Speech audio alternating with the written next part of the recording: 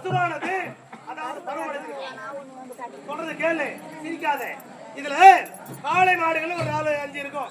எல்லாம் என்ன பண்றது, அதற்கு 5 அறிவு உணர்ச்சி செய்து, அதாவது தாய் உறவு தகை உறவுலாம் கிடையாது. 5 அறிவு. 4 மாடு காளை மாடு பின்னாடி ஒரு சின்ன கண்ணுக்குட்டி ஒண்ணு அது ஓட பின்னாடி.